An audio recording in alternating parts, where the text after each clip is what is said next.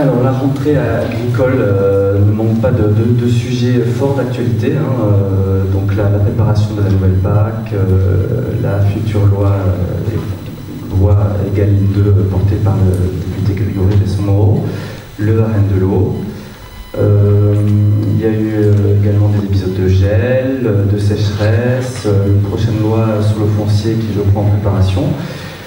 Est-ce que vous vous doutiez qu'en arrivant rue de Varennes à ce ministère, vous auriez un emploi du temps aussi chargé? Objectivement, oui. Parce que je connais quand même bien ce ministère d'avant, et deux, parce que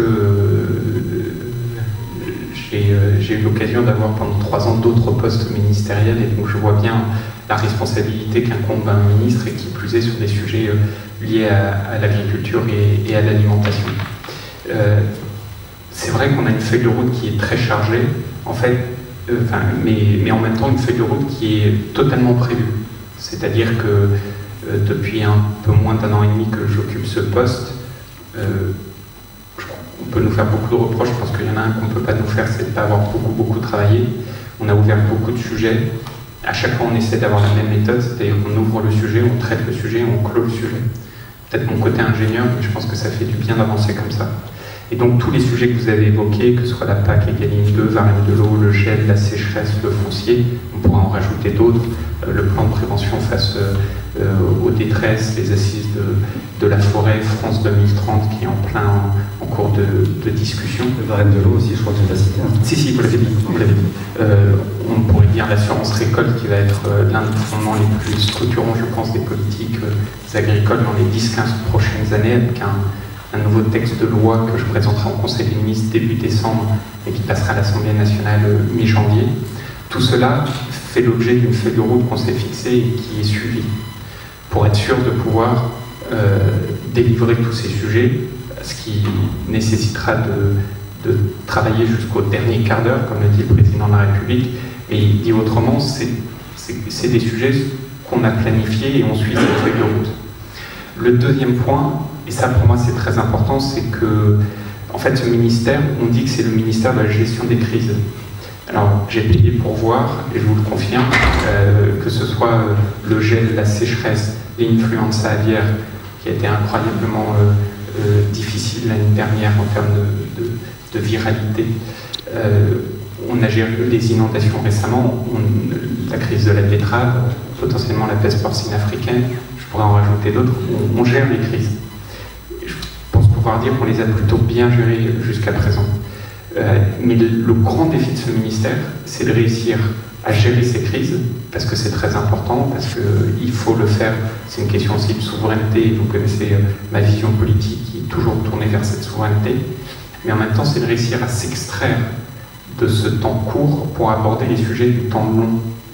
Et c'est ça qui est le plus important en agriculture. Et d'ailleurs, on le voit, si on n'a pas cette approche de temps long, comme le disait Pisani, on sombre dans les détails, on en oublie l'essentiel. Si j'ai voulu instaurer la dynamique sur les varennes de l'eau et le changement climatique, c'est que c'est du temps long et c'est l'essentiel. Si j'ai voulu remettre l'ouvrage sur le métier avec la loi Egalim 2 et mon ami Grégory Besson-Moreau, c'est que tant qu'on n'a pas réussi à créer les conditions de juste rémunération, on peut faire ce qu'on veut, c'est la mère des batailles et la fin des fins. Vous allez y arriver là. En tout cas, on s'est donné tous les moyens possibles pour y arriver. C'est-à-dire que la loi Egalim 2, on va le plus loin possible dans une régulation des relations commerciales. Et c'est du temps. Et donc pour moi, vraiment, oui, c'est planifié. 2, ça répond à cette volonté de faire et du temps court et du temps long. Je pense que le temps en agriculture, c'est ce qui est le plus important. Et 3, ça nécessite de clore les dossiers. Sur la question d'Egalim 2 que vous posez, objectivement, on va le plus loin possible dans des régulations de relations commerciales. En gros, ce qu'on fait, c'est qu'on revient sur la loi de 2008, qui est la loi LME, et j'invite tous ceux qui ne l'ont pas lu à la regarder de près, cette loi LME. La loi LME, je crois que c'est dans son titre 2, elle dit clairement on dérégule les relations commerciales au titre du pouvoir d'achat. Et donc, en fait, la loi LME de 2008, elle dit clairement on fait une politique de pouvoir d'achat sur le dos des agriculteurs. Elle l'écrit quasiment comme ça. Et la loi de 2008, elle revient en fait sur la loi Galland de 96 de mémoire, et cette loi Galland qui, elle, instituait un rapport de force, alors surtout au profit des industriels vis-à-vis de la grande distribution, avec ce qu'on appelait la non-discrimination des tarifs, et que la loi LME est venue balayer d'un revers de main en disant comme il y a un rapport de force, on n'arrive pas à faire la guerre des prix. Et au titre du pouvoir d'achat, on fait la guerre des prix. Et donc, on dézingue la loi Galland. Moi, ma conviction là-dessus, d'abord, d'un point de vue vision politique, je pense que c'est une faute terrible. Et je le dis parce que c'est rare sont les personnalités politiques qui disent, en fait, faire une politique d'achat sur le prix de l'alimentation est une erreur. Parce qu'il faut avoir le courage de dire que l'alimentation a une valeur, qu'elle soit nutritionnelle, environnementale ou économique. Et moi, je dis l'alimentation a une valeur. Et la valeur de l'alimentation aujourd'hui, elle est complètement sous-estimée dans nos sociétés. Et c'est un immense problème. La mère des batailles, c'est de redonner de la valeur à l'alimentation, qu'elle soit, encore une fois, économique, environnementale ou nutritionnelle. Et je pense d'ailleurs que la période de la Covid concourt à redonner cette valeur nutritionnelle à l'alimentation, ce qui est le premier élément le plus important. Le jour où on donne de la valeur environnementale à l'alimentation, on ira beaucoup plus vite sur le volet de la transition agroécologique. Tout simplement parce que vous avez un alignement des intérêts avec des personnes qui améliorent leur compte de résultat dès lors qu'ils font une transition. C'est quand même beaucoup plus à la fois opérationnel, efficace, que de faire des transitions par l'imposition ou l'injonction. C'est une évidence même. Et donc, un, il faut dire que l'alimentation a une valeur. Deux, il faut dire qu'il y a des politiques économiques agricoles, ce qu'on fait là avec la loi Egalim 2, qui, d'aucune manière que ce soit, ne doit empêcher d'autres d'avoir accès à cette valeur nutritionnelle. Ça veut dire que d'une politique agricole, il faut avoir une politique sociale. J'étais 3 ans ministre de la Ville, mon engagement politique il est sur ces politiques sociales, et donc il faut les faire. Confère, par exemple, on pourrait là aussi en parler des heures, tout ce qu'on essaie de faire sur les cantines, qui est d'abord le lieu républicain d'accès nutritionnel et de lutte contre l'inégalité sociale nutritionnelle. Mais il faut faire les deux en même temps et surtout pas essayer d'associer l'un à l'autre, ce qui a été fait à la loi LME et qui était tragique. Et donc oui, Egalim 2, on va très loin parce qu'on fait la loi Galland, on va plus loin que la loi Galland parce qu'en plus on fait la non-négociabilité des prix des matières agricoles, parce qu'en plus on fait de ligne à ligne, souvenez-vous des fameux débats sur la marge arrière dans le cadre de la loi LME, et donc on va le plus loin possible. En fait, on va le plus loin possible sans être dans une économie administrée qui ne marche pas dans le domaine agricole et qui en gros, pour ceux qui sont passionnés d'histoire agricole, on revient entre la pensée économique de Pisani et la régulation de Galland, en allant un cran plus loin et en venant rompre avec la dynamique de la loi LME. Qui pourrait se traduire, je pourrais vous en parler des heures, dans des termes hyper techniques, non-négociabilité des prix des matières premières, transparence, non-discrimination tarifaire, ligne à ligne, clause d'indexation euro ailleurs, contrat pluriannuel obligatoire, etc., etc. Donc la loi Egalim 2, elle n'est pas complexe. Ceux qui disent qu'elle est complexe, c'est ceux qui ne veulent pas de régulation. C'est aussi simple que ça. Et par définition, quand vous régulez, vous mettez des nouvelles règles. Alors, avant de passer la parole à mes collègues journalistes... Mais pardon, juste un point, parce que j'en profite, il faut avoir en tête que ce sujet de l'alimentation a une valeur. C'est pas que moi qui peux le porter. Et ce que je veux dire, la loi Egalim 2, elle va mieux réguler, donc elle va mieux répartir le rapport de force, et une négociation, c'est un rapport de force. Donc il faut rentrer dans le rapport de force. Ce que moi j'ai fait en arrivant, en démultipliant les contrôles de la DGCCRF, mais ce que j'ai voulu aller plus loin avec l'instauration de cette PPL de Grégory Besson-Moreau.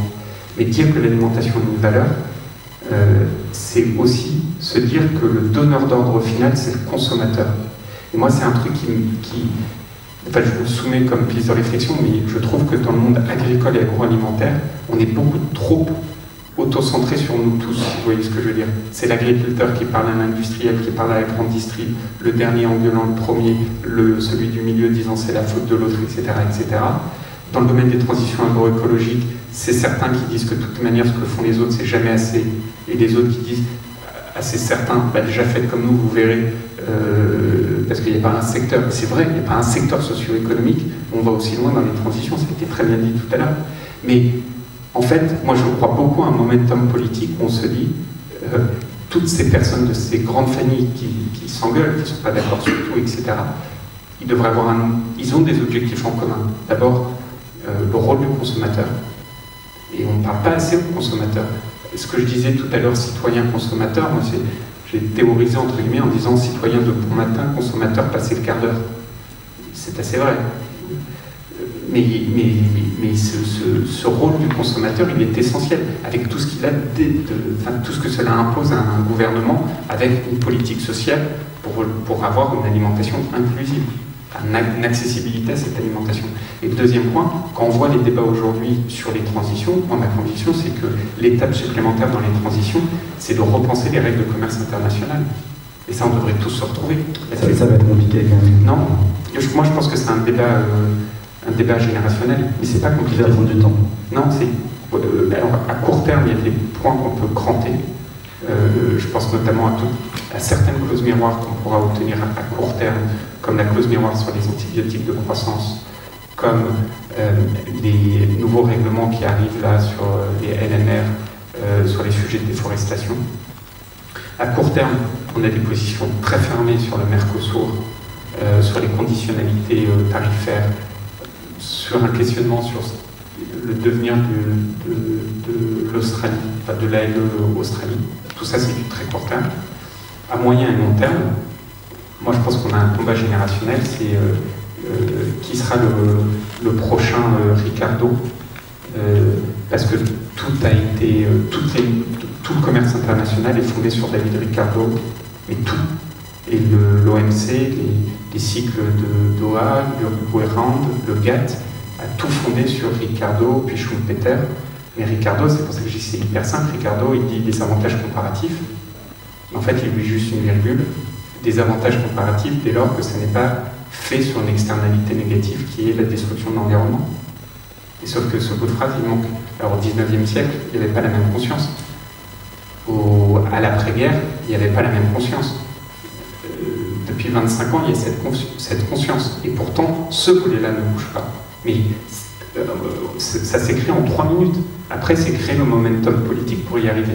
Et moi, typiquement, ce qui s'est passé avec l'étude de la commission du JRC sur le Green Deal, alors que, pour ceux qui suivent mes interventions à Bruxelles, à chaque fois qu'on parle Green Deal, je dis, mais moi, je suis prêt à aller très loin, à une condition, c'est qu'on fasse à la politique commerciale, en termes de complémentarité avec le Green Deal, ce qu'on fait avec la politique agricole commune.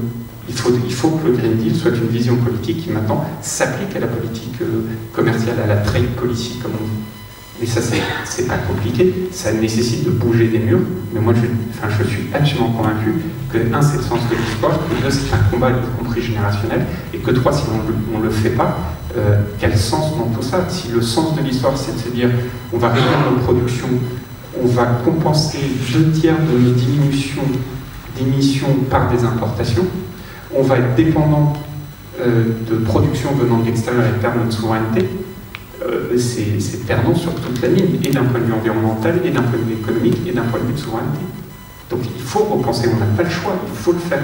Mais il y a des victoires à court terme, et puis il y a un momentum politique, y compris j'aime pas le terme de conceptualisation, mais c'est ce que disent les économistes, une théorie à repenser pour repenser le socle de ces négociations. Et je suis sûr, moi je le vois, alors aussi parce que je ne cesse de leur dire matin, midi et soir dès que je les vois, et je sens qu'il y a des mouvements au niveau européen. Je suis aussi persuadé que ce qui s'est passé avec les élections en Allemagne va permettre aussi de faire bouger quelques lignes, mais même l'ancienne ministre allemande, Julia Klöckner, elle a beaucoup avancé sur ces sujets, et elle nous suivait de plus en plus. Donc, il y a un combat, mais ce combat, il faut le mener. Donc ça va bouger. Il faut le mener, avec force. Alors, avant de passer la parole à mes collègues journalistes, j'avais une petite question sur la PAC, donc sur la réforme en cours. Un des objectifs qui avait été annoncé, je me souviens, au tout début de cette réforme, c'était simplification. Est-ce que finalement aujourd'hui, avec le système de ces PSN par État, avec les éco-régimes, ce retour de la subsidiarité, est-ce qu'on ne va pas en fait arriver à un système très complexe à comprendre pour les agriculteurs et à appréhender pour le monde agricole? Alors, pour les agriculteurs, non, parce qu'on... Enfin, déjà, le référentiel, c'est que la PAC, c'est hyper complexe. Le deuxième point, c'est que l'application que nous, on a du PSN, on a voulu, et d'ailleurs c'est très intéressant ce qu'on a fait dans l'éco-régime versus ce que font d'autres pays.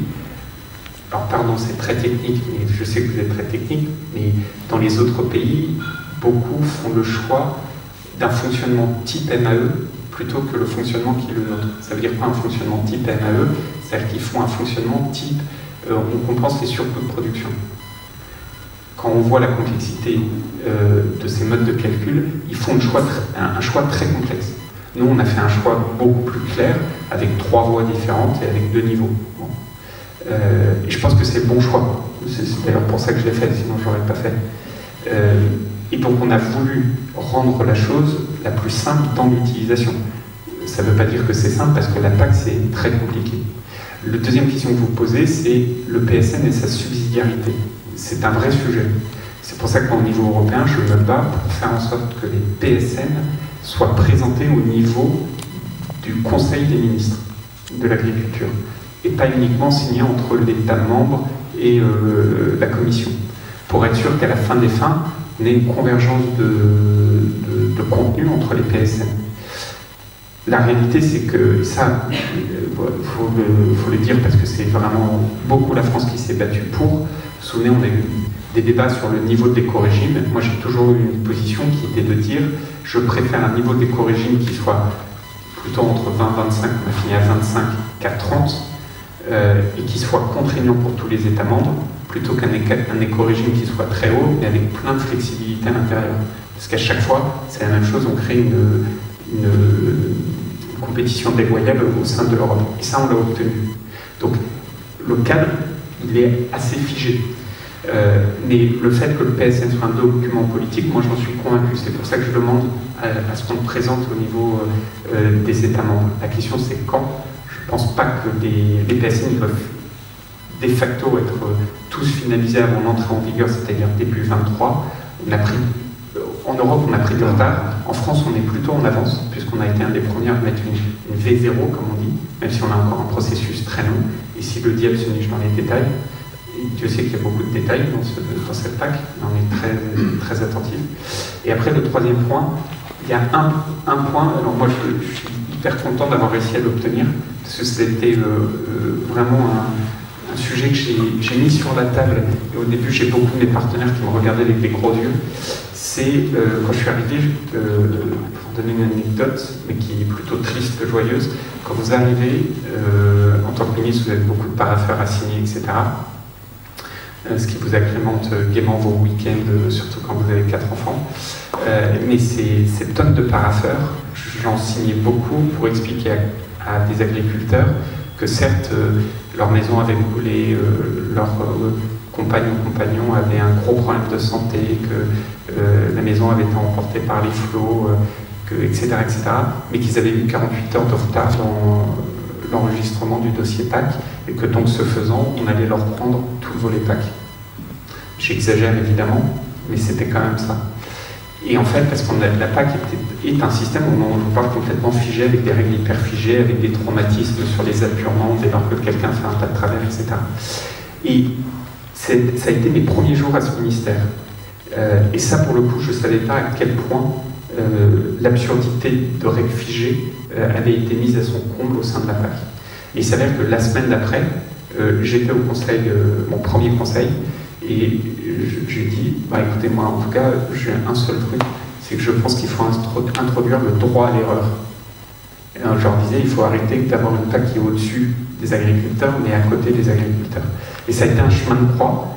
Les gens me disaient, mais c'est quoi votre droit à l'erreur? En fait, c'est la chose qu'on avait fait au niveau national dans la loi ESSOC. Et donc j'ai fait un copier-coller que j'ai traduit en anglais de la loi ESSOC, je l'ai vendu à tous les États membres, la Commission a suivi, et on a adopté le droit à l'erreur. Et ce droit à l'erreur, il va rentrer en fonction en 23. Et ça, c'est probablement le plus grand volet de simplicité, et je dirais pas de simplicité, mais d'humanisation de la PAC. Je pense que c'est hyper important. Et ce sera effectif en 23, et pour moi, c'est une victoire personnelle que j'espère sera très utile pour beaucoup d'agriculteurs dans le futur. Bien. Alors, est-ce qu'il y a des questions dans la salle? Merci beaucoup, Elena Blum, pour Référence Agro. Mes questions portent d'ailleurs sur l'Union européenne, donc ça tombe assez bien. Une première question qui serait quels sont selon vous les sujets principaux de la présidence française de l'UE? Et ensuite, quels sont les États qui sont vos alliés sur vos positions? Et enfin, est-ce qu'il y a des travaux pour une séparation du conseil et de la vente à l'échelle européenne? Je vous remercie. Alors sur mes 3 priorités pour la présidence française, c'est 1, la réciprocité, 2, la réciprocité, et 3, la réciprocité. Donc je ne peux pas être plus clair. Après, la question, c'est comment on met tout ça en œuvre. On va avoir un certain nombre de textes, on ne sait pas exactement à quelle date ils vont arriver, c'est-à-dire avant ou après les présidentielles, ce qui, ça ne vous aura pas échappé, mais peut-être un détail pour vous, mais pour moi ça veut dire beaucoup. Et donc on va devoir quand même, ajuster tout cela. Mais ça se prépare bien en amont. L'idée c'est de voir jusqu'où on arrive pour atteindre justement toutes les victoires qu'on peut obtenir sur cette réciprocité, avec les textes qui sont sur la table à venir, et puis pour créer le momentum politique. Le momentum politique, ça répond aussi à votre deuxième question, sur ce sujet-là, qui pour moi est ma priorité, sachant qu'on va avoir d'autres sujets incroyablement importants. La déforestation importée, je le mets dans le même socle que la réciprocité, qui va être un deuxième gros sujet. Et puis on va avoir des sujets sur évidemment la question des transitions agroécologiques, sur le fait de porter les initiatives au niveau européen, avec notre position, que maintenant j'espère tout le monde connaît, c'est on n'arrête pas si on n'a pas d'alternative, mais on n'arrête pas si on n'a pas d'alternative, il faut que ça soit, enfin il faut que tous ces débats maintenant aient lieu au niveau européen, c'est ce que disait le président de la République à Marseille. Il faut que ça ait lieu au niveau européen parce que si c'est pour, à la fin des fins, se retrouver dans des situations comme ce qu'on a vécu avec la jaunisse de la betterave, c'est un non-sens, comme c'est le même non-sens quand c'est au niveau européen versus l'international, ce que je disais tout à l'heure. Donc ça veut dire que mes 3 priorités, c'est réciprocité, réciprocité, réciprocité, avec la possibilité d'avoir les victoires de court terme, avec le traitement des textes à venir, avec le positionnement de cette doctrine de transition agroécologique qui doit maintenant être portée au niveau européen pour éviter la concurrence déloyale au niveau européen. D'ailleurs, sur la concurrence déloyale au niveau européen, je ne l'ai pas dit tout à l'heure, mais il y a une grande nouveauté dans la PAC. C'était très étonnant parce qu'il y avait très peu de pays qui soutenaient cela. C'est le fait que maintenant la PAC, elle n'est pas que économique environnementale, elle est aussi sociale, parce qu'à partir de 2023, les aides de la PAC sont conditionnées au respect du droit du travail européen. Et ça, on s'est mis d'accord, enfin, on a organisé nos sphères d'influence entre les parlementaires et nous, la France, et parmi les pays les plus importants qui pèsent au Conseil, on était quasiment le seul à porter cela, pour plein de raisons différentes, notamment de politique intérieure, et c'est une énorme avancée, ce volet-là. Sur les pays alliés, en fait, il y en a beaucoup. Moi, je pense que les choses commencent à changer. Alors, il y en a qui sont OK pour sortir frontalement, comme moi. Il y en a qui sont plus hésitants.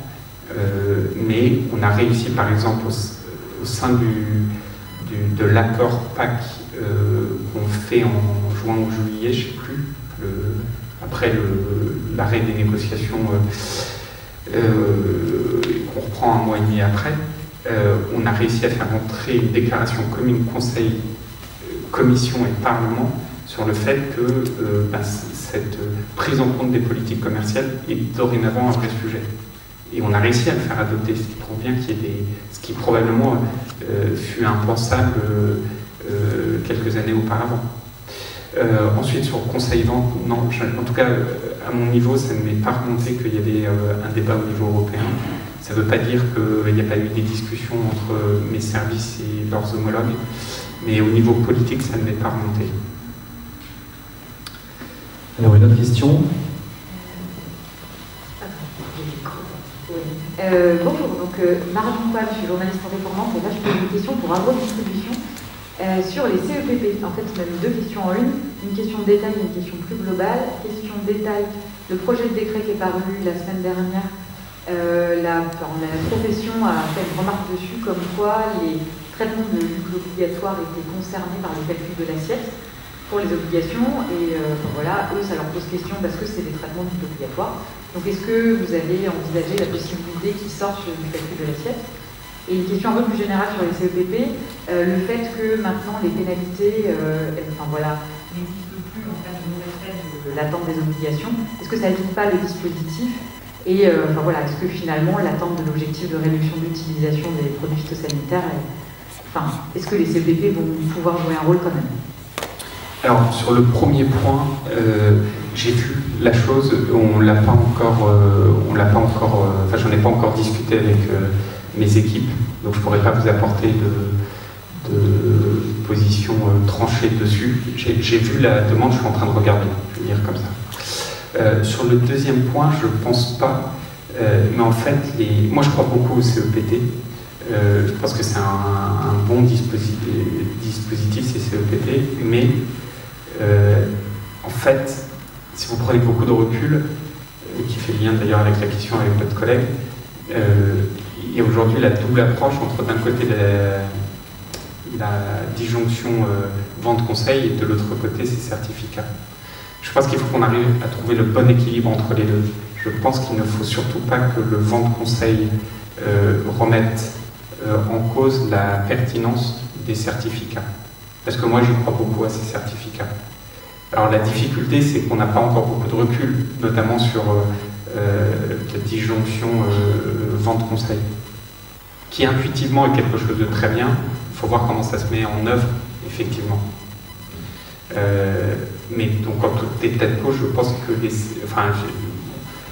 ma vision, c'est que les CEPP sont très importants et qu'il faut les maintenir. Donc, je les regarde de près. Une autre question. Oui, bonjour, Mathieu Robert, la Presse. J'ai une question très générale. On a l'impression que depuis votre arrivée, il y a un peu plus d'1 an, il y a un regain d'intérêt du gouvernement pour l'agriculture. J'en veux pour preuve les mesures que vous avez citées qui reviennent sur la LME, notamment des mesures importantes comme une discrimination tarifaire. Le plan protéines, 200 millions, l'assurance, 300 millions. Ce sont 3 mesures qui auraient, je pense, beaucoup plu à Stéphane Travers et Didier Guillaume, mais qui n'ont pas eu. Qu'est-ce qui fait que vous avez réussi à obtenir ces arbitrages? C'est à vous de le dire. Vous avez bien dit. Non, mais ce que je peux vous dire, c'est que tout cela, je l'ai obtenu parce que le président de la République et le Premier ministre en sont convaincus. Voilà. Après, il y a aussi l'assurance récolte, par exemple, c'est un bon exemple parce que moi, je pense que l'assurance récolte, vraiment, je suis convaincu, mais alors convaincu qu'il fallait le faire avec beaucoup de méthodes et qu'à la fin des fins, le jour où on met en place tout ce qu'on a en tête, quand je dis on est beaucoup, parce que ceux qui ont suivi les travaux, c'est des mois et des mois avec énormément de consultations, et aujourd'hui, il y a un consensus sur la solution qu'on a mise sur la table. Vraiment un consensus. Le chemin est encore long, alors il est vraiment facilité parce que le président de la République a fixé ce chemin et a dit très clairement il doit entrer en vigueur au même moment que la nouvelle PAC, donc 2023, on mettra 600 millions d'euros au global, donc une partie qui est Europe, une partie que les agris mettent eux-mêmes, et puis le reste c'est du budget national, donc ça veut dire un doublement, plus 300 millions, et ces plus 300 millions, c'est très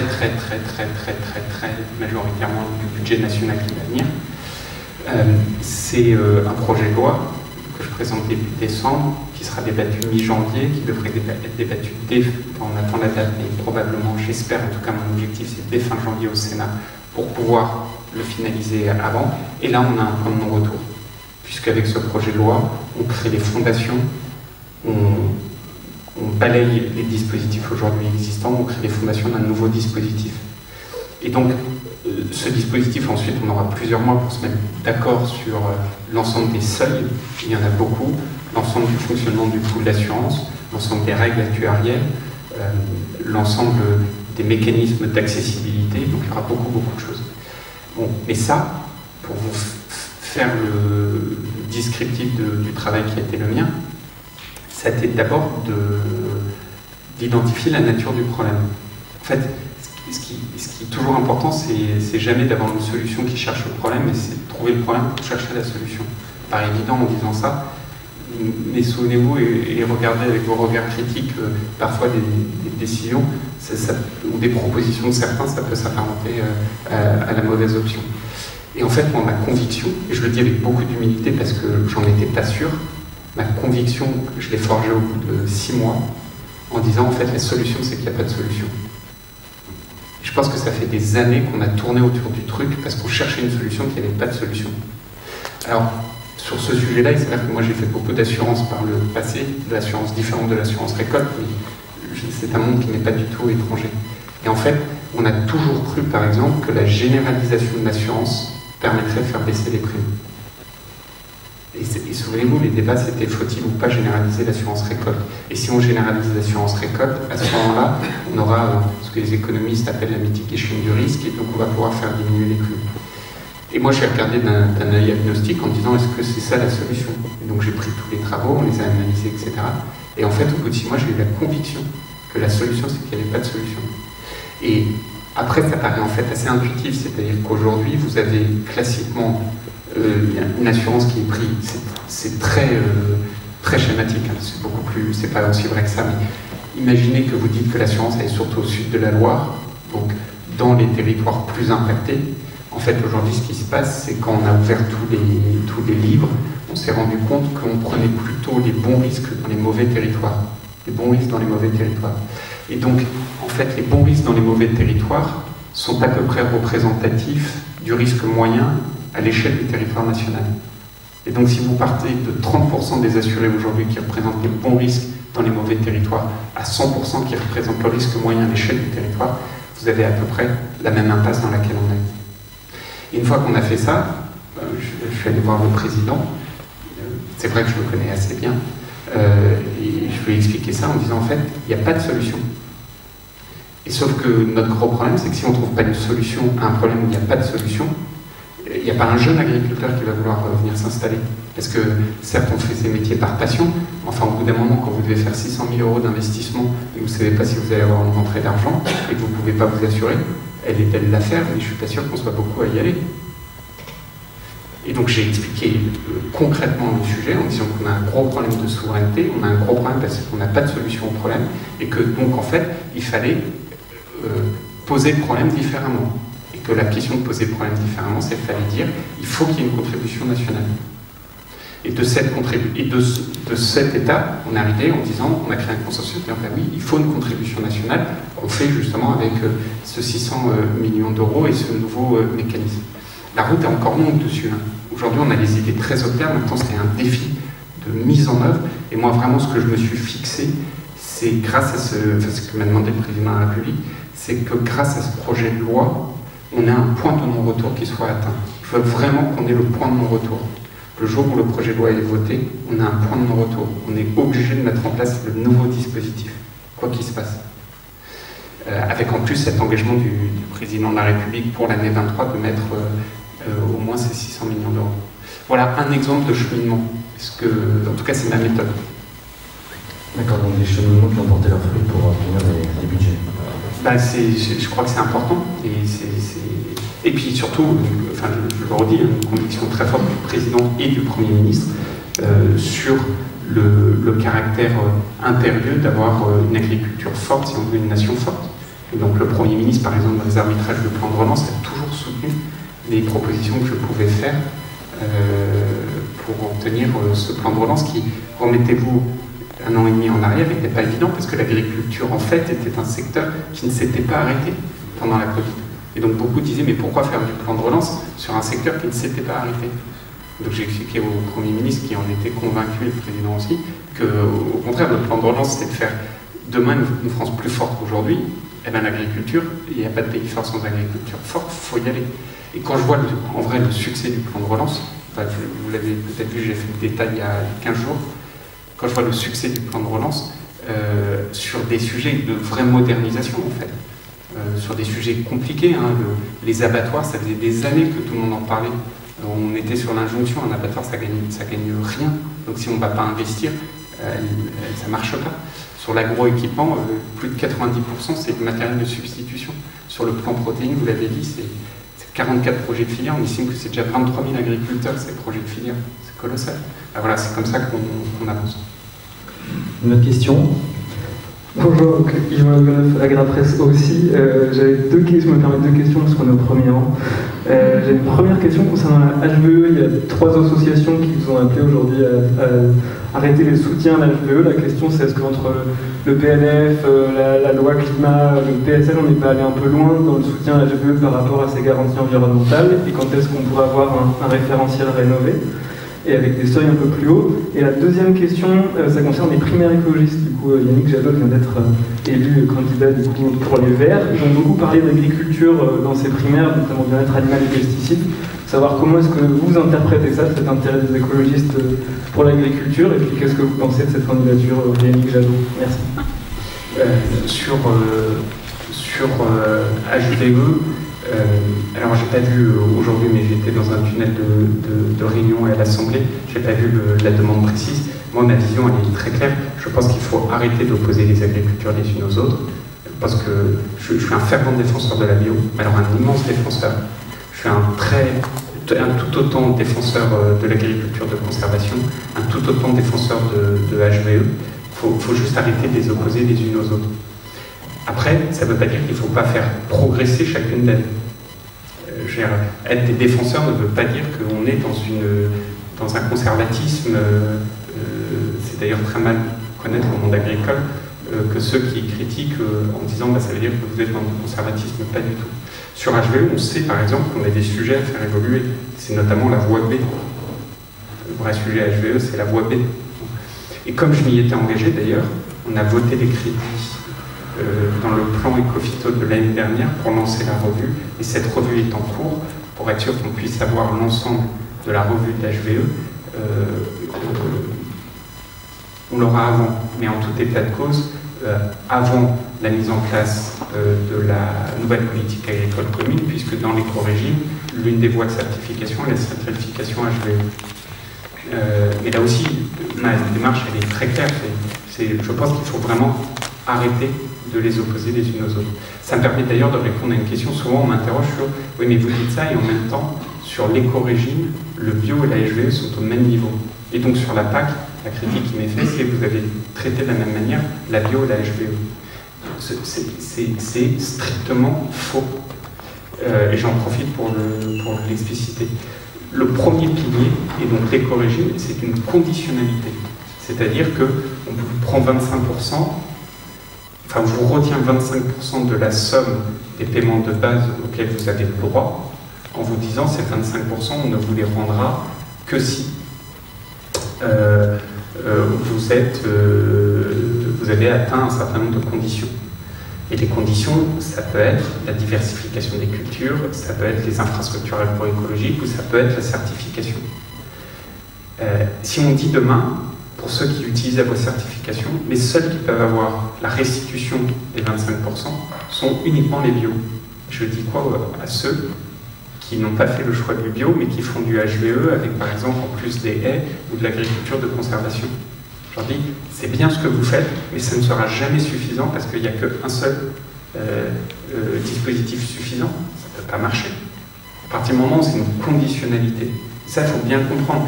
L'éco-régime, dans le système qu'on a, nous, défini, c'est une conditionnalité. Ça n'est pas une masse d'argent qu'on répartit. En plus, c'est une marge d'argent qu'on ne redonne que si. Par contre, sur le deuxième pilier, qui là est de l'investissement, et pas de la conditionnalité, sur l'investissement, la seule ligne de pratique culturelle, il n'y en a pas deux, il n'y en a qu'une, c'est la bio, et qui plus est, on la passe de 250 millions d'euros à 340 millions d'euros, plus 36% d'augmentation. Alors après, on a des débats sur c'est quoi le bon outil dans ces outils bio. Vous avez vu tous les débats sur aide à la conversion versus aide au maintien, etc. On a beaucoup travaillé avec d'ailleurs les acteurs bio là-dessus. Je pense qu'aujourd'hui, on s'est bien mis d'accord sur la feuille de route, les défis qui seront devant nous et un travail constructif. Et on a eu notamment une très très longue réunion la semaine dernière avec tous les acteurs de l'amont et de l'aval, qui a duré pas de 2h30, 3 heures. On a vraiment fixé cette feuille de route. Sur les primaires d'écologie, je ne vais pas commenter l'élection de Yannick Jadot. Après, en revanche, sur le positionnement de certains, je dis juste ce que je vous ai dit tout à l'heure, la raison et la science. Je pense que la raison et la science, c'est très important. Et la raison et la science, elle doit nous empêcher de tomber dans des discours nourris par l'émotion ou par le désir de faire de l'émotion ou par la volonté de surfer sur les émotions. Et elle doit aussi nous conduire peut-être à regarder le référentiel. Vous savez, dans la science, on dit toujours qu'il faut se comparer à un référentiel. Moi, vraiment, quand on m'explique que les élevages qui sont dramatiques, c'est les élevages en France, j'aime quand même rappeler la taille de nos élevages. 177 têtes de pile pour... pardon, je ne vais pas dire comme ça, 77 têtes de bétail pour un élevage de vaches laitières. Vous avez des élevages qui font 10 000 têtes aux États-Unis d'Amérique. Les truies, on doit être entre 120 et 140. Vous avez des immeubles de 13 étages en Chine. La volaille, en moyenne, on a 40 000 en France. Vous avez en Ukraine des élevages qui font 50 fois la taille. Et donc, on est toujours dans le même mécanisme, c'est-à-dire qu'il est où le combat? Il est de se dire, tout ce qu'on fait nous, c'est mal, et donc fermons ce qu'on fait pour à la fin importer, parce que les mêmes, ils continuent à manger du poulet. Ou est-ce qu'on dit que le combat, c'est d'investir pour augmenter la qualité de nos propres exploitations, parce que moi, je crois que l'ADN agricole français, c'est la qualité, et que notre compétitivité, c'est cette qualité, et en même temps, régler les problèmes qui sont flagrants, qui sont l'essentiel. Typiquement, on consomme 60% de volailles importées dans nos cantines, c'est-à-dire du poulet brésilien et ukrainien. Je préférerais que toutes ces personnes-là qui donnent des leçons aux autres, ils s'attaquent aux vrais problèmes avec un peu de raison, un peu de science, en disant déjà si on arrivait à faire en sorte que nos enfants dans les cantines, ils arrêtent de manger du poulet ukrainien et brésilien, mais ils mangent des poulets faits en France, on aurait fait un sacré pas. Que si on arrive à relocaliser nos protéines végétales en France, on aurait fait un sacré pas pour l'environnement. Qu'en fait, si on soutenait notre agriculture en réussissant à faire en sorte que notre agriculture soit encore plus présente dans nos habitudes agroalimentaires, eh ben, on aurait fait probablement un énorme pas pour l'environnement. Parce que quand ce n'est pas notre agriculture, c'est l'agriculture d'un autre. Et que ce que je disais tout à l'heure sur le courage de dire l'alimentation a un coût, a une valeur, j'aimerais bien aussi que toutes ces personnes le disent. C'est trop facile sinon, de dire ce que font les autres c'est pas bien, et puis de toute manière vous inquiétez pas, grâce à moi vous paierez pas cher l'agriculture, mais c'est quoi? C'est de l'importation. Moi ça j'y crois pas à ce modèle. Alors quelques dernières questions. Valérie Noël. Merci. Pardon, Valérie Noël de Contexte. J'avais deux questions qui remontent avec le début de votre intervention. La première c'est que vous avez évoqué 3 clauses miroirs à court terme, les antibiotiques de croissance, les LMR et la déforestation. Alors les deux autres, c'est pas des clauses miroirs. La vraie clause miroir, c'est antibio, et LMR, en fait, c'est on utilise la chose, et déforestation, pareil. C'est une forme de... Ouais. C'est une forme de réciprocité. C'est une forme de réciprocité. Ouais. Et du coup, je voulais savoir concrètement quand est-ce que ça peut se mettre en place, comment vous voyez les choses en termes de réalisation de ces clauses et de mise en œuvre de cette réciprocité. C'est la première question. Et la deuxième question que je vous avais déjà posée, mais le temps avance, donc je me dis que peut-être j'aurai une réponse. Est-ce que vous pourriez nous en dire plus sur France 2030 ? Sur le premier, en fait, c'est des calendriers qui diffèrent les uns des autres. Et donc il faut prendre toutes les victoires au fur et à mesure. La clause miroir sur les antibiotiques de croissance, elle est censée entrer au 1er janvier. La Commission nous dit qu'ils ont du retard, etc. Et moi, je mets une pression dans le tube énorme pour qu'elle sorte le plus vite possible. En vrai, ça fait déjà 2 ans qu'ils disent qu'ils vont la sortir. Donc j'ai encore écrit récemment à la commissaire santé, avec qui j'ai de très bonnes relations, parce que c'est géré par la commissaire santé. J'ai dû lui réécrire il y a 3 semaines, en insistant sur l'impérieuse nécessité de sortir le plus rapidement possible. Sur LMR, c'est en fait des nouveaux textes. Et donc les nouveaux textes, ils vont être présentés, discutés, et ils vont prendre un temps certain à se mettre en œuvre, à être finalisés. Mais ils donnent le socle pour identifier ce qui doit être fait, soit dans le texte, soit en parallèle du texte. Ils donnent le socle de discussion, c'est ce que je veux dire. Sur déforestation, pareil, typiquement, Alors il y a les initiatives de déforestation sur lesquelles on est très à la manœuvre au niveau français, enfin par la France au niveau européen, et c'est parce qu'on est à la manœuvre sur le volet déforestation qu'on est d'autant plus légitime à dire le Mercosur non. Et donc il y a des choses de très court terme qu'on va obtenir comme la clause miroir anti-bio, il y a d'autres choses qui sont des socles à partir duquel on peut obtenir des choses additionnelles à court terme, mais aussi à partir duquel on peut créer ce qui doit mieux régir les importations à moyen terme.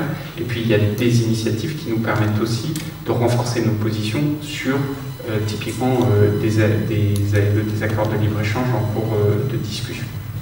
Sur le deuxième point, France Relance, je suis vraiment confus de ne pouvoir vous en dire plus, si ce n'est que j'ai suivi la même méthode que celle que préconisée ou à laquelle j'ai répondu à votre collègue tout à l'heure. Alors, peut-être encore deux questions. Eric. Bonjour, Frédéric Hénin. Je voudrais revenir sur la loi Egalim. La loi Egalim 1 était vraiment le pilier de la campagne électorale de M. Macron en 2017. Là, on fait une deuxième loi Egalim 2. C'est un petit peu bête comme question, mais je ne comprends pas pourquoi ce qui était dans la loi numéro 2, on ne l'a pas fait directement dans la loi numéro 1, où en plus, je me rappelle qu'on s'est perdu beaucoup, en tout cas médiatiquement, dans une conjoncture environnementale, alors que la loi Egalim 1, à l'origine, était purement une loi pour les agriculteurs. Deuxième point, par rapport à votre calendrier de la présidence de l'Union européenne, comment s'articulera votre calendrier avec les échéances électorales, comment on pourra assurer une continuité des dossiers? Ce n'est pas un détail pour vous aussi. Sur la loi Egalim 2, je veux dire, on peut refaire l'histoire, mais au bout d'un moment, la question, c'est pas de refaire l'histoire, c'est d'avancer. La loi Egalim 1, elle était incroyablement importante parce qu'elle a réussi à changer un paradigme, un état d'esprit avec la marche en avant, etc. Et d'ailleurs, personne ne demande de revenir sur la loi Egalim 1. Tout le monde dit par contre, elle n'était pas suffisante. Et c'est ce qu'on fait sur Egalim 2. Ce qui est, pour au-delà des journalistes que vous êtes, les commentateurs de la vie politique que vous êtes aussi en tant que journaliste, vous regarderez, c'est assez singulier en fait qu'un gouvernement remette l'ouvrage sur le métier pendant la même mandature. Parce que souvent les gouvernements ils disent ouais, oui très bien, mais ça, vous inquiétez pas, ça va finir par marcher. La courbe elle va finir par si vous voyez ce que je veux dire. Non, exactement. Et moi je pense qu'au contraire c'est de bonne politique que de dire avec humilité le truc il était nécessaire mais il n'était pas suffisant. Donc on remet l'ouvrage sur le métier. Et en fait, on fait assez vite parce que la loi Egalim 1 a été votée 13 mois à peu près, 15 mois à peu près, mai 2017. Et en fait, moi je rouvre Egalim 2 dès que j'arrive. Puisque souvenez-vous, en fait, j'ai redemandé à Serge Papin qui faisait des ateliers 5 des EGA de rebosser dessus. Parce que très vite, je me suis rendu compte que le compte n'y était pas. Donc j'ai repris en fait la mécanique des EGA. Et donc en fait, je reviens dessus il y a déjà 1 an. Donc vous avez eu entre 1 an et demi et 1 an, ça veut dire que la loi, à peine 2 ans après, on dit tout de suite qu'il faut aller un cran plus loin. Alors, voilà, est-ce qu'il fallait prendre toutes ces mesures d'Egalim 2 dans Egalim 1 à l'évidence oui, puisque je les propose dans Egalim 2. Mais enfin, c'est toujours très facile de refaire le match, et généralement ceux qui misent après que le match est joué gagnent à chaque fois. Donc c'est un peu facile de dire ça. Moi, ma conviction, c'est qu'Egalim était nécessaire, que dans Egalim, il y avait déjà beaucoup de choses, que voilà, il y a des arbitrages qui n'avaient pas été rendus en ce sens à l'époque, et des rapports de force sur beaucoup de sujets de la loi Egalim, et qu'à la fin, c'est un équilibre. Mais en tout état de cause, mon sujet, c'est pas de revenir derrière, mais je crois que le vôtre non plus, c'est d'aller de l'avant et de se dire, avec beaucoup d'humilité, ce gouvernement a dit, voilà, il faut remettre l'ouvrage sur le métier. Après, moi, mon enjeu, c'est de faire en sorte qu'Egalim 2 marche, et Egalim 2, encore une fois, c'est une loi de régulation, on va le plus loin possible dans la régulation, mais c'est pas une loi d'administration. Donc on n'impose pas le prix. Et donc à la fin, il faut que la régulation marche, donc ça veut dire qu'il faut qu'il y ait quand même ce sursaut de l'ensemble des chefs, des capitaines d'industrie, de grande distrib, comme ils aiment à se qualifier, en se disant, en fait, on va tous dans le mur avec ces bières des prix. Moi, c'est ma grande conviction, on va tous dans le mur, parce que non seulement on fragilise les agriculteurs de manière dramatique, mais un industriel aujourd'hui perd en part de marché avec des importations qui n'ont cessé d'augmenter, et en plus un industriel n'est rien sans le producteur à côté, et puis la grande distribution, ils n'ont jamais eu des capacités d'autofinancement aussi faibles. Donc le modèle tel qu'il est aujourd'hui, il nous emmène dans le mur.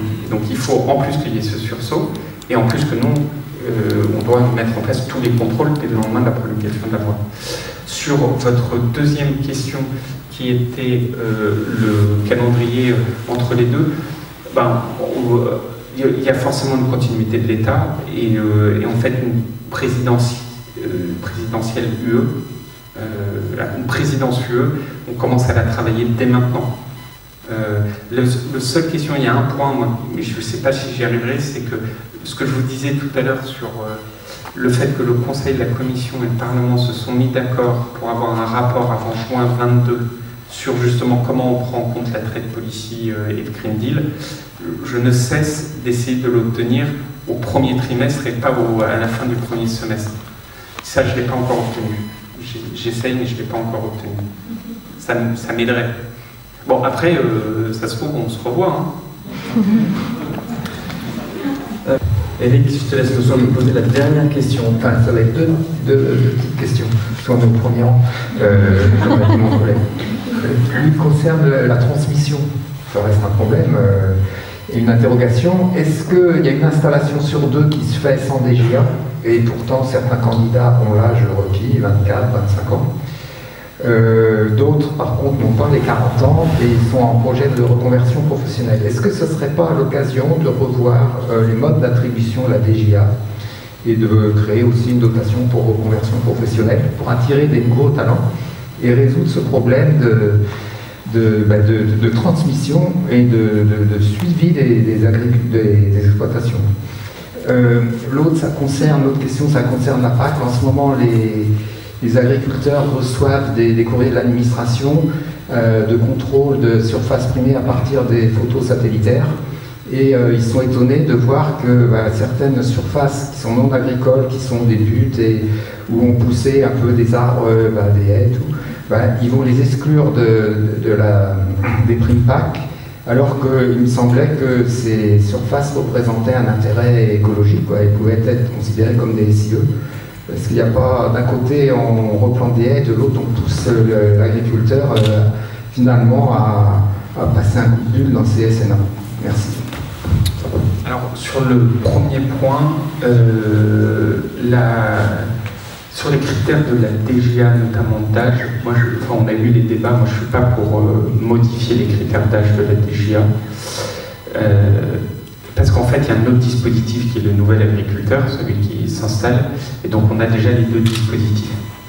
La DGA est de manière générale le soutien de l'installation est pour moi prioritaire. Vous savez, dans la PAC, il y a la DGA et donc les nouveaux agriculteurs, et ça c'est sur le deuxième pilier. Sur le premier pilier, il y a le paiement jeune agriculteur, qu'on a augmenté de 50%, parce qu'on est passé de 1 à 5%, et la DGA, on a réussi à la fin, dans la négociation avec les régions, d'augmenter l'enveloppe liée aux installations, qui était de négociation avec les régions, parce que comme vous le savez, maintenant, ces aides-là ne seront plus gérées par l'État, mais vont être gérées par les régions, au titre des enveloppes non surfaciques, des aides non surfaciques.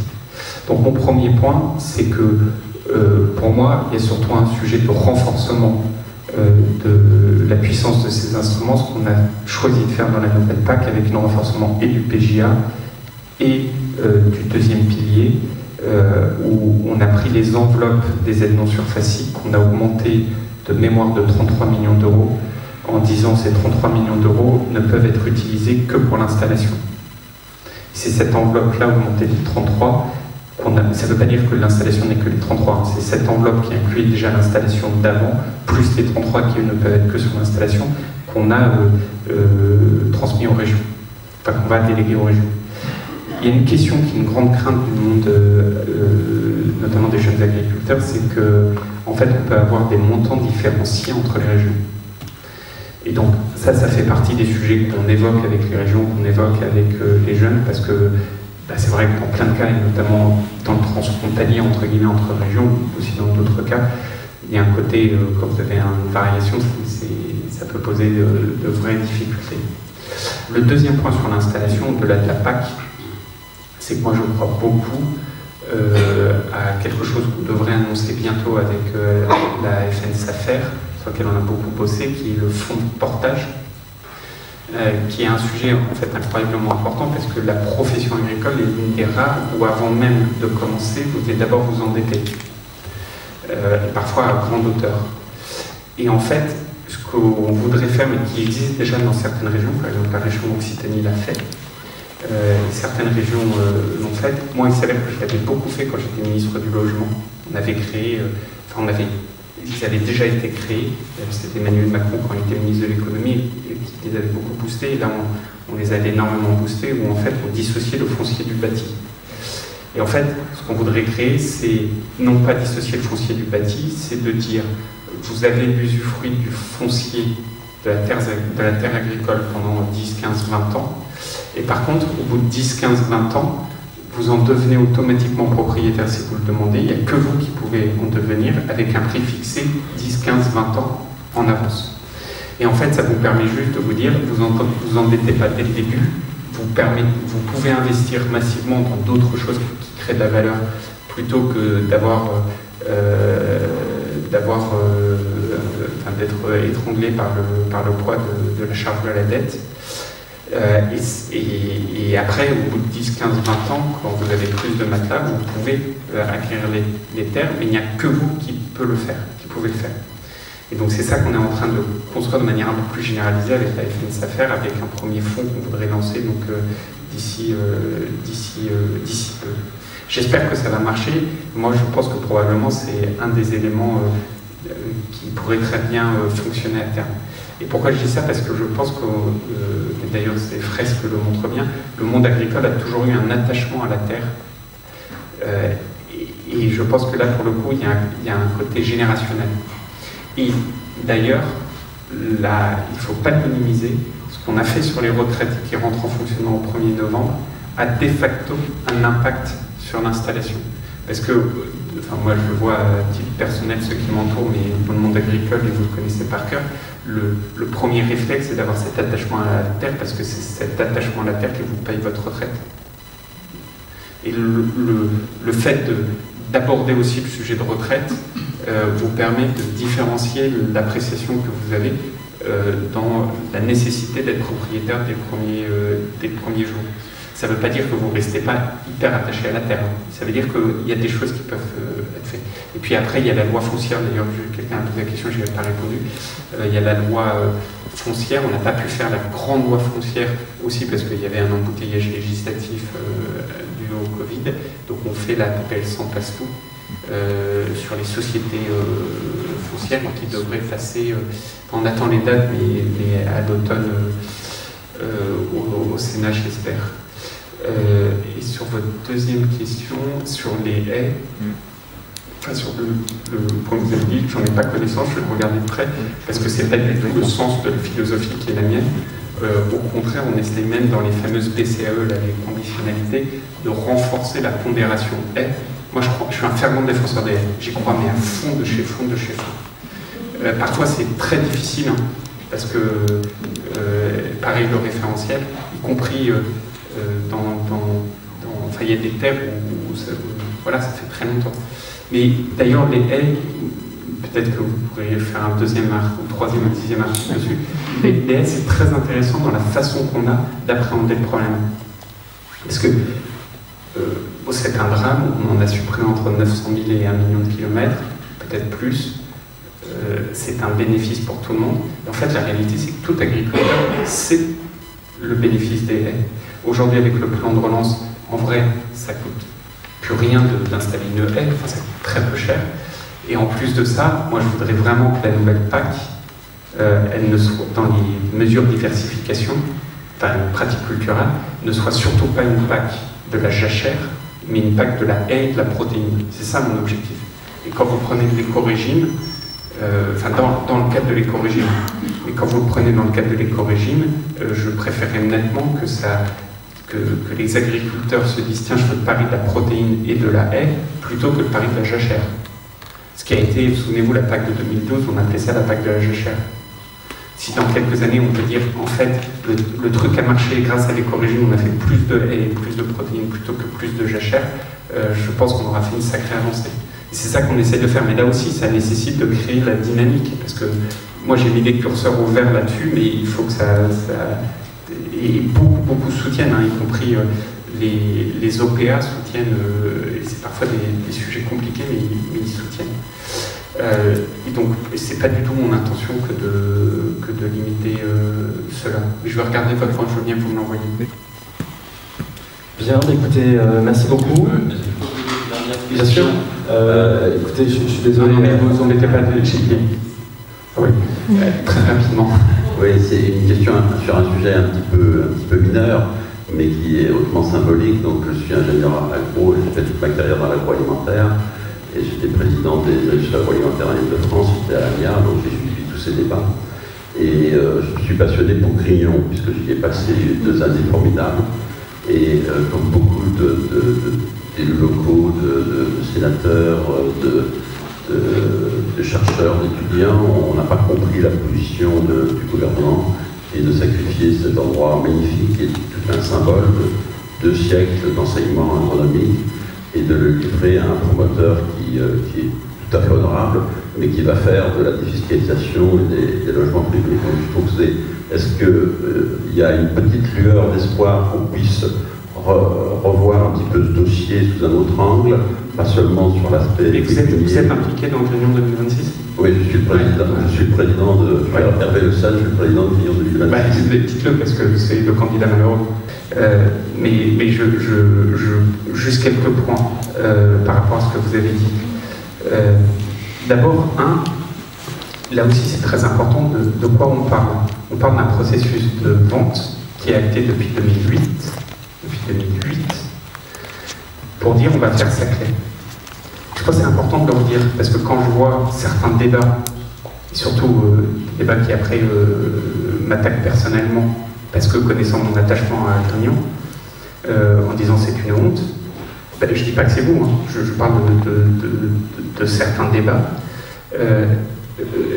que ceux qui s'opposent au projet se disent juste, mais ça veut dire quoi? Ça veut dire qu'on s'oppose à l'installation je ne dis pas que c'est vous, je dis parce que là il y a beaucoup de journalistes, et que dans le débat, y compris il y a des représentants politiques qui vont manifester en disant c'est une honte de vendre.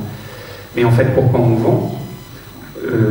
C'est une décision de 2008, prise par le gouvernement à l'époque de Nicolas Sarkozy, jamais remis en cause sous François Hollande, et qui s'avère est lancé depuis là, pour créer un pôle à Saclay qui est un pôle d'excellence. Et je pense que l'intérêt du monde agronomique est de le faire. Mais c'est important de le dire parce que souvent, quand on fait mes propos tout à l'heure, on oublie le pourquoi du comment. Et le pourquoi du comment, c'est pas un État qui vend pour se faire plaisir devant le Grignon. C'est un État qui investit massivement pour faire un pôle d'excellence agronomique à Paris-Saclay. Premier point. Deuxième point, je ne rentrerai pas, surtout parce que vous en représentez un, je ne rentrerai pas dans les processus d'appel d'offres, d'autant plus que je serais bien embêté pour y rentrer, que moi je n'ai pas l'autorité sur le processus d'appel d'offres, c'est fait par une direction d'immobilier de l'État, avec un jury, avec des process. Au moment où moi j'ai pu entrer entre guillemets dedans, c'est pour confier au directeur de l'agro une mission qui n'était possible qu'après le processus d'appel d'offres, parce que sinon vous êtes évidemment jugé parti, pour définir justement avec le candidat retenu le projet pédagogique, l'amélioration, etc., qui est en cours d'ailleurs. Le troisième élément, à un moment donné, il faut faire attention aussi à ce qu'on dit, parce que je suis assez bien placé pour le savoir, étant ministre du Logement, l'État ne délivre pas les permis de construire. C'est pas vrai. C'est pas vrai. C'est la communauté locale. Et donc tous ceux qui disent l'État est en train de délivrer des permis de construire, c'est juste faux. Mais archi faux. Si je veux dire, si la communauté locale, la communauté de communes en l'occurrence, ne délivre pas de permis de construire, elle ne délivre pas de permis de construire.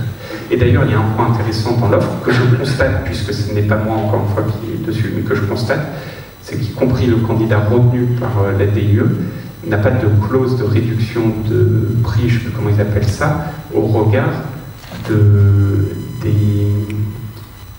permis délivrés par la communauté de communes. Ce qui est très important parce que ça permet justement de bien montrer que c'est complètement dissocié du rôle de l'État. C'est l'aménagement du territoire, ça n'est pas l'État. Enfin, dernier point, encore une fois, je ne veux pas rentrer sur la caractéristique des offres, parce que c'est ni le lieu ni l'endroit, et qui plus est, je ne vais pas caractériser les offres vis-à-vis d'un candidat. Mais le dernier point, c'est que moi j'ai entendu aussi beaucoup de gens dire qu'il faudrait que l'État rachète. On est quand même un pays formidable, quoi. L'État vend, et en fait l'État devrait racheter le bien que l'État vend. On avait proposé un bail. Non mais je vais pas. Vous voyez ce que je veux dire? Et donc, toute chose égale par ailleurs, moi je pense qu'à la fin des fins, ce qui est important, c'est trois choses. Un, le projet pour les étudiants. Deux, le respect d'un process très important avec la protection du patrimoine, de nos forêts qui va être ouverte, de notre ferme agricole qui est essentielle, et de tout ce site-là, dans le respect des responsabilités institutionnelles. C'est-à-dire que ce n'est pas vrai de dire que l'État construit. L'État ne construit pas. L'État n'a pas la responsabilité de délivrer les permis de construire. L'État vend le site. Et troisièmement, j'ai confié cette mission, et je pense que c'est très important, pour voir comment on peut améliorer les choses, et je n'ai pu la confier avec mon collègue d'ailleurs Olivier Dussopt, au directeur de Grignon, qu'une fois que le process d'attribution par la DIE a été finalisé, puisque sinon nous aurions été jugés partis. Qu'auriez-vous dit si, en tant que candidat, je m'étais initié dans le dispositif en cours de process? Ce n'est pas possible. J'ai un de vos confrères qui m'interrogeait là-dessus la dernière fois, en disant, en tant qu'ancien accro, vous n'êtes pas intervenu. Surtout vu le média en question, je me disais, mais imaginez si vous étiez intervenu, ce que vous auriez titré. Voilà. Un grand merci à toutes et tous. Merci beaucoup.